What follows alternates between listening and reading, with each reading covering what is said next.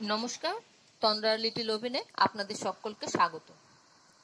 আজকে আমি আমার একটা নিজস্ব রেসিপি করে দেখাবো আপনাদেরকে। এই রান্নাটা করা একদম সহজ, যে কেউ পারবে করতে, আর খেতে অসাধারণ লাগে। আজকে আমি করছি চিকেন তেপেঁয়াজি। তেপেঁয়াজি এই জন্য কারণ পেঁয়াজটাকে আমি 3 রকম ভাবে ব্যবহার করব, সেই জন্য তেপেঁয়াজি। আসুন তাহলে দেখিনি রেসিপিটা কিভাবে করতে হবে। এখানে আমি 450 গ্রাম মতন থাই পিস নিয়ে নিয়েছি। চিকেনের থাইটা সেটা নিয়েছি, সেটা দিয়ে আমি আজকে রান্নাটা করব। প্রথমে আমি চিকেনটাকে ম্যারিনেশন করে নিচ্ছি। ম্যারিনেশনের জন্য আমি একটু নুন দিয়ে দিলাম, হাফ টিস্পুন মতন, আর দিয়ে দেব টক দই। টক দই একটু পর্যাপ্ত পরিমাণে দেব। আমি এখানে 4 টেবিল স্পুনের মতন টক দই ব্যবহার করছি, আপনি চাইলে আর একটু বেশিও করতে পারেন।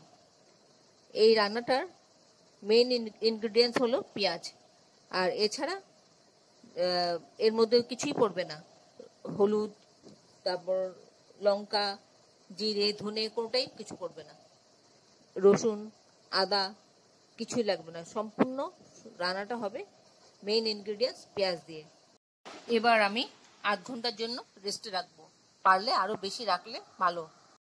যেহেতু পেঁয়াজি করছি, তাই পেঁয়াজটাকে 3 রকম ভাবে ব্যবহার করব।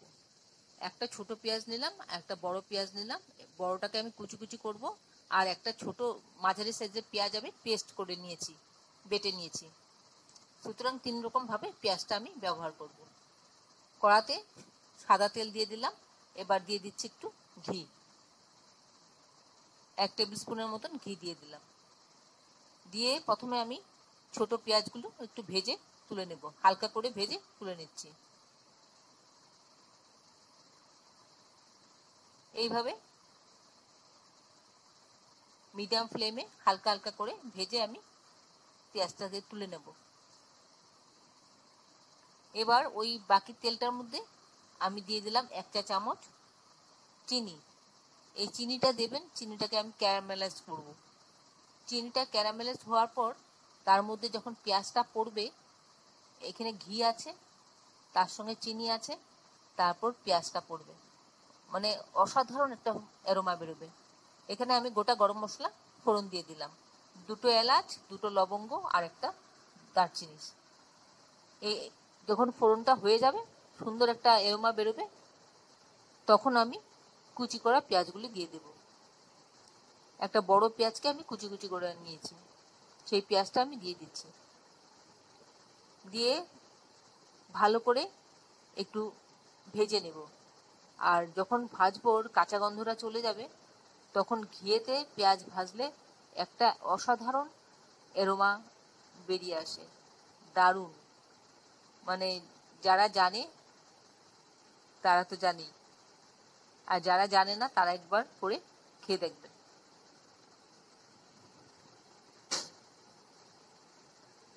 এইভাবে খানিকক্ষণ নাড়বো চাড়বো, পেঁয়াজটাকে ভেজে নেব, আধা ভাজা মতন করব।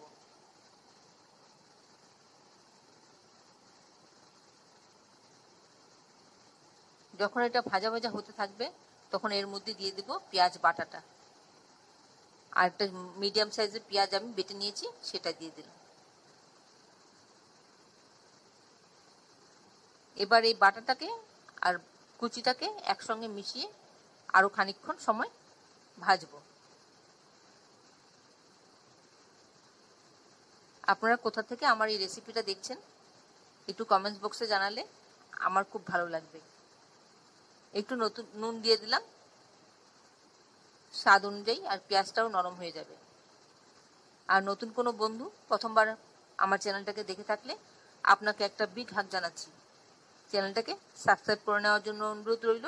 পাশে বেল আইকনটা অ্যাক্টিভেট করে নেবেন, যাতে পরবর্তী আমার সমস্ত রেসিপির নোটিফিকেশন সবার আগে আপনার কাছে এসে পৌঁছয়। এবার চিকেনটা এর মধ্যে দিয়ে দেব, ম্যারিনেট করা চিকেনটা।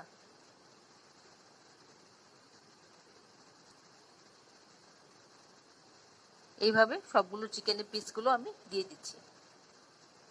আর একটু দই থেকে যাবে, বাটিতে, সেটাও আমি দিয়ে দিচ্ছি।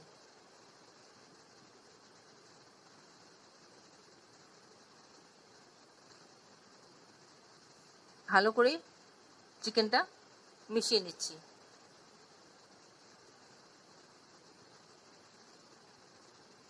আপনি যদি আমার এই রেসিপিটা ফেসবুক থেকে দেখে থাকেন তাহলে ফলো অপশনটা ক্লিক করবেন আর একটা লাইক দেবেন, তাহলে আপনি আমার সাথে জুড়ে যাবেন।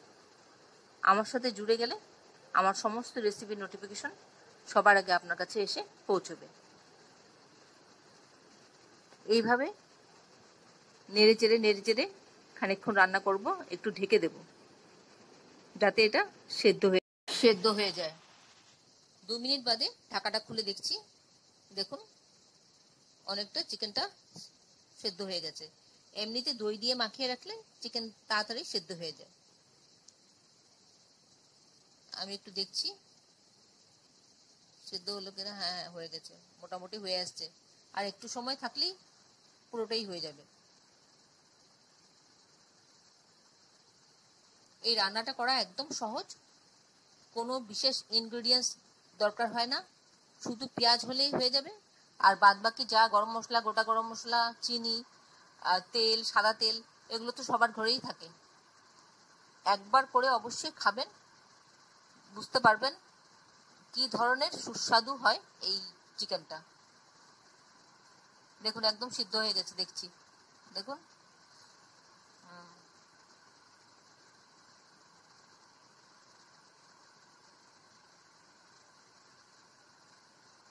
এবার পেঁয়াজগুলো দিয়ে দিলাম, বেবি পেঁয়াজগুলো, ছোট্ট পেঁয়াজগুলো দিয়ে দিলাম, এর মধ্যে মিশিয়ে নিচ্ছি।